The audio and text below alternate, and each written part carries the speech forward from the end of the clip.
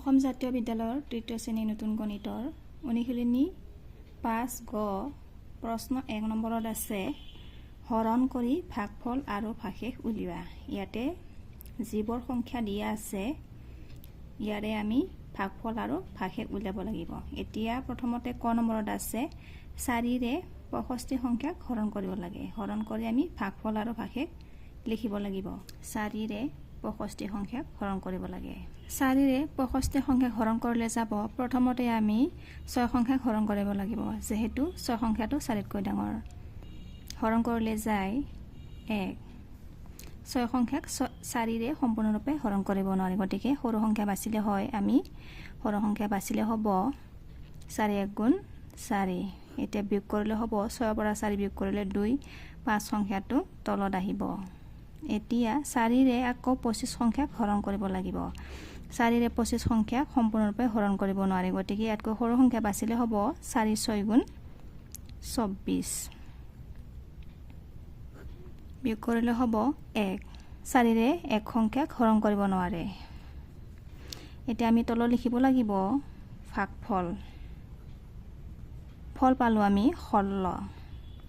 তাৰপিছত বাকী থাকিল 1। ভাগশেষ হ'ল 1। উত্তৰ। আকৌ খ নম্বৰত আছে 5ৰে 72 সংখ্যাক হৰণ কৰিব লাগে। প্ৰথমতে আমি 7ক হৰণ কৰিব লাগিব 5ৰে। 1 5 গুণ 5। 5 সংখ্যাটো 7ৰ তলত। এতিয়া বিয়োগ কৰিলে হ'ব 7ৰ পৰা 5 বিয়োগ কৰিলে 2। তাৰপিছত 2 সংখ্যাটো তলত আহিব। আকৌ 5ৰে আমি 22ক হৰণ কৰিব লাগে। 22 সংখ্যাক 5ৰে সম্পূৰ্ণৰূপে হৰণ কৰিব নোৱাৰি, গতিকে সৰু সংখ্যা বাচিলে হয় 5 4 গুণ 20। বিয়োগ কৰিলে হয় 2। এতিয়া আৰু ইয়াক হৰণ কৰিব নোৱাৰি। আমি ভাগফল পালোঁ 14 আৰু ভাগশেষ হ'ল 2। উত্তৰ। গ নম্বৰত আছে 7ৰে আমি 48 সংখ্যাক হৰণ কৰিব লাগে। আমি হৰণ কৰিবৰ কাৰণে নেওতা জানিব লাগিব। এতিয়া 7 সংখ্যাৰে 48 সংখ্যাক সম্পূৰ্ণৰূপে হৰণ কৰিব পাৰিনে নোৱাৰি। 7 সংখ্যাৰে 48 সংখ্যাক সম্পূৰ্ণৰূপে হৰণ কৰিব নোৱাৰি, গতিকে 48তকৈ সৰু সংখ্যা বাচিলে হয় আমি পূৰণ নেওতা মনত পেলাব লাগিব। 7 6 গুণ 42। 7 7 গুণ 49। গতিকে আমি 50 সংখ্যাক ল'ব নোৱাৰি। ইয়াতকৈ সৰু সংখ্যা বাচিলে হ'ব 6 দিব লাগিব। 7 6 গুণ 42। এতিয়া বিয়োগ কৰিলে হ'ব 8ৰ পৰা 2 বিয়োগ কৰিলে 6। ভাগফল 6 আৰু ভাগশেষ 6। উত্তৰ। 10ৰে 352ক হৰণ কৰিলে যায়। প্ৰথমতে আমি 10ৰে যেহেতু 3 সংখ্যাক হৰণ কৰিব নোৱাৰি, সৰু হয়, সেইবাবে 5 সংখ্যাক ল'লে হ'ব 35। এতিয়া 10ৰে 35 সংখ্যাক সম্পূৰ্ণৰূপে হৰণ কৰিব নোৱাৰি। ইয়াতকৈ সৰু সংখ্যা বাচিলে হয় ওপৰত দিব লাগিব আমি 3, তলত হ'ব 30। বিয়োগ কৰিলে হ'ব 5। 2 সংখ্যাটো তলত আহিব। 10ৰে 52 সংখ্যাক হৰণ কৰিব লাগে। 52 সংখ্যাক হৰণ কৰিলে যাব 5 বাৰ। 10 5 গুণ 50।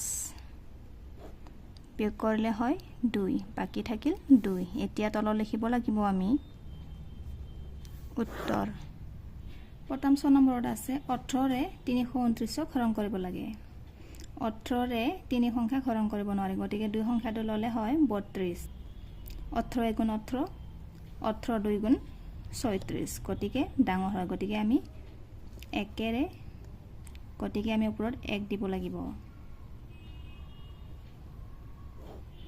বিয়োগ কৰিলে হ'ব 2ৰ পৰা 8ক বিয়োগ কৰিব নোৱাৰে, গতিকে 3ৰ পৰা 1 ধাৰি আনিলে হ'ব 12।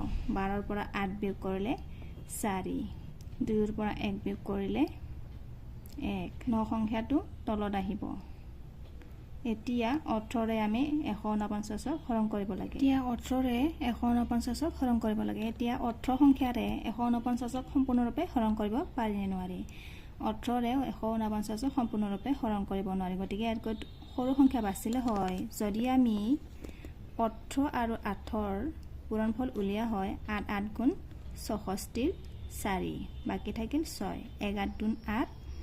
8ৰ লগত 6 যোগ কৰিলে হয় 14।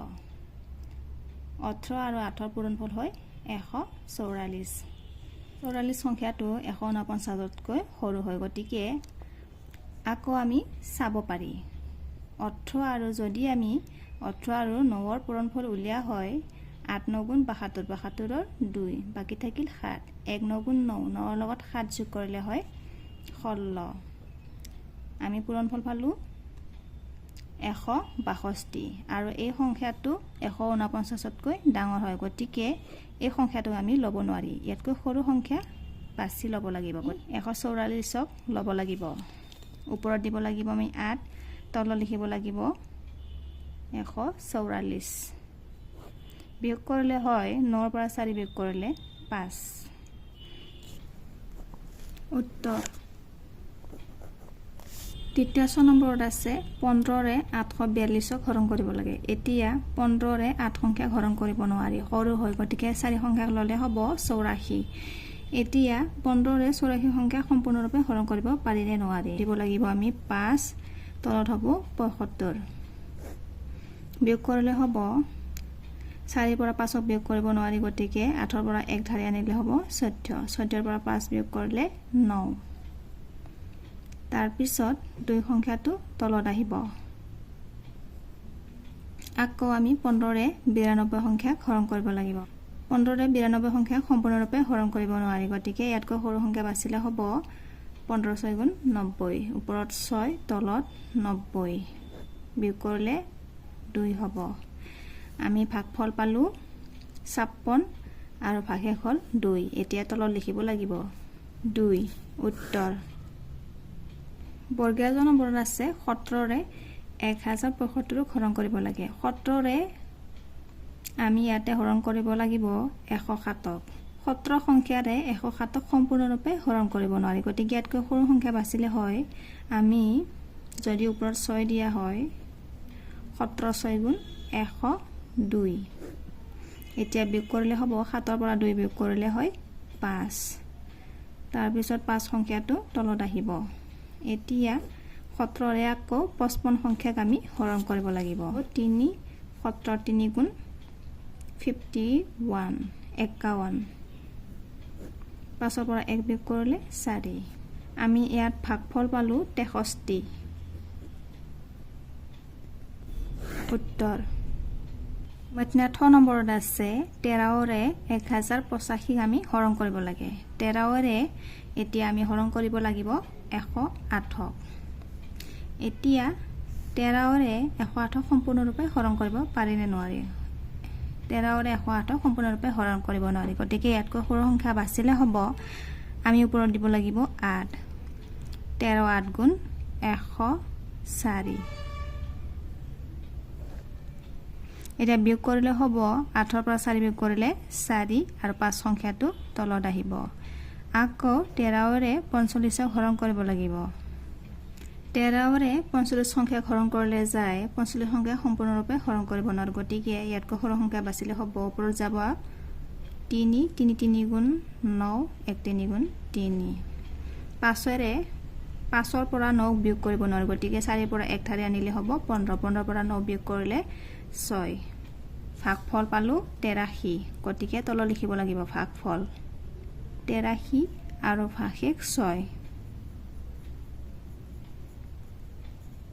উত্তৰ প্ৰশ্ন 2 নম্বৰত আছে হৰণ কৰা আৰু ভাজ্য সমান ভাজক পূৰণ ভাগফল যোগ ভাগশেষ সম্পৰ্কটো সত্যাপন কৰা এতিয়া আমি ইয়াত প্ৰথমতে ভাজ্য কোনটো আৰু ভাজক কোনটো সেইটো জানিব লাগিব ইয়াত আমি ক নম্বৰত দিয়া আছে 8ৰে 309ক হৰণ কৰিব লাগে ইয়াত 309ক কোৱা হয় ভাজ্য যাক হৰণ কৰা হয় সেইটোক ভাজ্য বুলি কোৱা হয় আৰু যিটো সংখ্যাৰে হৰণ কৰা হয় সেইটোক ভাজক বোলা হয় তাৰ পিছত হৰণ কৰি যি ফল পোৱা যাব সেইটোক ভাগফল আৰু বাকি ৰোৱা সংখ্যাটোক ভাগশেষ বুলি কোৱা হয় শেষত আমি সেইটোক সত্যাপন কৰি দেখুৱাব লাগিব 8ৰে আমি 309ক হৰণ কৰিব লাগিব ইয়াত 8ক কোৱা হয় ভাজক আৰু 309ক কোৱা হয় ভাজ্য 8ৰে 3 সংখ্যা হৰণ কৰিব নোৱাৰি সৰু হয় গতিকে শূন্য সংখ্যাটো ল'লে হয় 30 এতিয়া 8ৰে 30 সংখ্যা সম্পূৰ্ণৰূপে হৰণ কৰিব পাৰি নে নোৱাৰি আছিলে হয় 8 3 গুণ 24 8 4 গুণ 32 আমি 4 সংখ্যাক ল'ব নোৱাৰি 4ৰে পূৰণ কৰিলে হয় 32 30তকৈ ডাঙৰ হয় গতিকে সৰু সংখ্যা বাছিলে হ'ব ওপৰত দিব লাগিব আমি 3 8 3 গুণ 24 এটা বিয়োগ কৰিলে হ'ব 0 পৰা 4 বিয়োগ কৰিব নোৱাৰি গতিকে 3 পৰা 1 ঠাৰি আনিলে হ'ব 10 10 পৰা 4 বিয়োগ কৰিলে 6 9 সংখ্যাটো তলত আহিব এতিয়া আকৌ 8ৰে আমি 69 সংখ্যাক হৰণ কৰিব লাগিব আমি 8 8 8 গুণ 64 এতিয়া 9 পৰা 4 বিয়োগ কৰিলে হয় 5 ফল পালো 38 আৰু বাকি ৰোৱা সংখ্যাটো কোৱা হয় ভাগশেষ এতিয়া আমি যেহেতু প্ৰশ্নত সম্পৰ্ক সত্যাপন কৰিব দিছে সেইবাবে আমি প্ৰথমতে লিখিব লাগিব আমি তলত এইটো লাইন লিখিব লাগিব ভাজ্য তাৰ পিছত ভাজক পূৰণ ভাগফল যোগ ভাগশেষ ভাজ্য দিয়া আছে 309 তাৰ পিছত ভাজক আছে 8 তাৰ পিছত আমি পূৰণ চিন দিব লাগিব ভাগফল পালো আমি 38 তাৰ পিছত যোগ চিন ভাগশেষ হ'ল 5 প্ৰথমতে আমি ইয়াত ডাঙৰ চিন থকা পূৰণৰ প্ৰথমতে আমি পূৰণফল উলিয়াই ল'ব লাগিব গতিকে 8 আৰু 38ৰ পূৰণফল উলিয়ালে হয় এই দুটাক পূৰণ কৰিলে পূৰণফল হয় 304 যোগ 5 এই দুটাক যোগ কৰিলে হয় 309 প্ৰশ্নত ভাজ্য দিয়া আছিল 309 গতিকে ইয়াত লিখিব লাগিব আমি আকৌ ভাজ্য সম্পৰ্ক সত্যাপন কৰি আমি সংখ্যাটো পালো 309 আৰু এই 309 সংখ্যাটো ভাজ্যৰ সমান হ'ল গতিকে সম্পৰ্কটো সত্যাপন কৰা হ'ল গতিকে আমি তলত লিখিব লাগিব এই তিনিটা সংখ্যাক আমি যোগ আৰু পূৰণ কৰি যি সংখ্যা পোৱা যায় সেই সংখ্যাটো ভাজ্যৰ সমান হয় সেইবাবে ইয়াত আমি তলত লিখিব লাগিব ভাজ্য সমান ভাজক পূৰণ ভাগফল যোগ ভাগশেষ সম্পৰ্ক সত্যাপন কৰা হ'ল উত্তৰ খ নম্বৰৰ আছে 11ৰে 642ক হৰণ কৰিব লাগে 11ৰে 64 সংখ্যা সম্পূৰ্ণৰূপে হৰণ কৰিব নোৱাৰি গতিকে ইয়াতকৈ সৰু সংখ্যা বাছিলে হয় আমি ওপৰত দিব লাগিব 5 11 5 গুণ 55 এটা বিয়োগ কৰিলে হ'ব 4 পৰা 5ক বিয়োগ কৰিব নোৱাৰি গতিকে 6 পৰা 1 ঠাৰি আনিলে হ'ব 14 14 পৰা 5 বিয়োগ কৰিলে 9 হ'ব তাৰ পিছত 2 সংখ্যাটো তলত আহিব আকৌ 11ৰে 92 সংখ্যা হৰণ কৰিব লাগে আমি 8 তলত হ'ব 88 2ৰ পৰা 8ক বিয়োগ কৰিব নোৱাৰে গতিকে 9ৰ পৰা 1 ঠাৰি আনিলে হ'ব 12 12ৰ পৰা 8 বিয়োগ কৰিলে 4 ভাজ্য হ'ব 642 তাৰ পিছত ভাজক হ'ব 11 ভাগফল হ'ব 58 এতিয়া আমি তলত লিখিব লাগিব ভাজ্য সমান এতিয়া আমি এই সম্পৰ্কটো সত্যাপন কৰিব লাগিব ভাজ্য দিয়া আছে 642 বাকিখিনি আমি ভাজক ভাগফল ভাগশেষ এই সংখ্যা তিনিটাক আমি পূৰণ আৰু যোগ কৰি যি সংখ্যা পোৱা যাব সেইটো ভাজ্যৰ সমান হ'ব লাগিব 38ৰ লগত 4 যোগ কৰিলে হয় 642 এতিয়া 642 সংখ্যাটো ভাজ্যৰ সমান হ'ল ইয়াতে আমি তলত লিখিব পাৰি ভাজ্য 642 সম্পৰ্ক সত্যাপন কৰা হ'ল আমি ভাজক ভাগফল আৰু ভাগশেষ এই তিনিটা সংখ্যাক আমি পূৰণ আৰু যোগ কৰি সংখ্যাটো পালো 642 আৰু এই সংখ্যাটো ভাজ্যৰ সমান হয় গতিকে সম্পৰ্ক সত্যাপন কৰা হ'ল গ নম্বৰত আছে 14ৰে 340ক হৰণ কৰিব লাগে প্ৰথমতে 14ৰে 34ক হৰণ কৰিলে যায় আমি 2 তলত হ'ব 14 2 গুণ 28 বিয়োগ কৰিলে হ'ব 4 পৰা 8ক বিয়োগ কৰিব নোৱাৰি গতিকে 3 পৰা 1 ধাৰে আনিলে হ'ব 14 14 পৰা 8 বিয়োগ কৰিলে হয় 6 তাৰ পিছত শূন্য সংখ্যাটো তলত আহিব আকৌ 14ৰে আমি 60 সংখ্যাক হৰণ কৰিব লাগিব 14ৰে 60 সংখ্যাক হৰণ কৰিলে যায় ওপৰত দিব লাগিব আমি 4 4 4 গুণ 16 1 4 গুণ 4 4 লগত 1 যোগ কৰিলে 5 শূন্যৰ পৰা 6 বিয়োগ কৰিব নোৱাৰি গতিকে 6 পৰা 1 ধাৰে আনিলে হ'ব 10 10ৰ পৰা 6 বিয়োগ কৰিলে 4 ইয়াত ভাজ্য হ'ব 340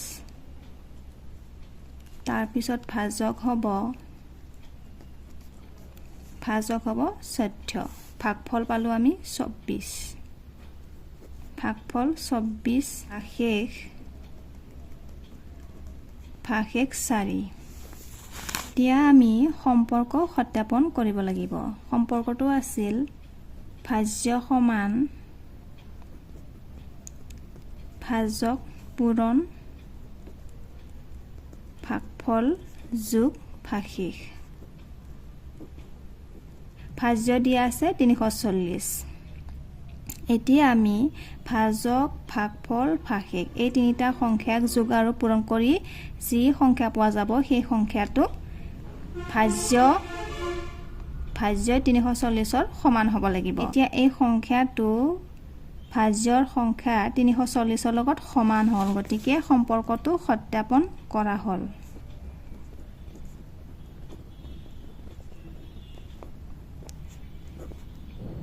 উত্তৰ সম্পৰ্কটো সত্যাপন কৰা হ'ল খ নম্বৰত আছে 16ৰে 739ক আমি হৰণ কৰিব লাগে ইয়াৰে তলত লিখিব লাগিব ভাজ্য দিয়া আছে 739 ভাজক দিয়া আছে 16 তাৰপিছত আমি ভাগফল পালো 46 তাৰপিছত ভাগশেষ আছে 3 এতিয়া আমি সম্পৰ্ক সত্যাপন কৰিব লাগিব সম্পৰ্কটো আছিল ভাজ্য সমান ভাজক পূৰণ ভাগফল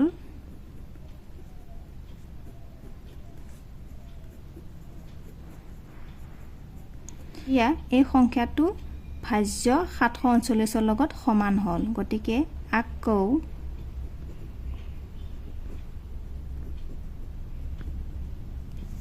ভাজ্য দিয়া আছে 739 এই সংখ্যাটো ভাজ্যৰ লগত সমান হ'ল গতিকে আমি ইয়াৰ তলত লিখিব লাগিব সম্পৰ্কটো সত্যাপন কৰা হ'ল উত্তৰ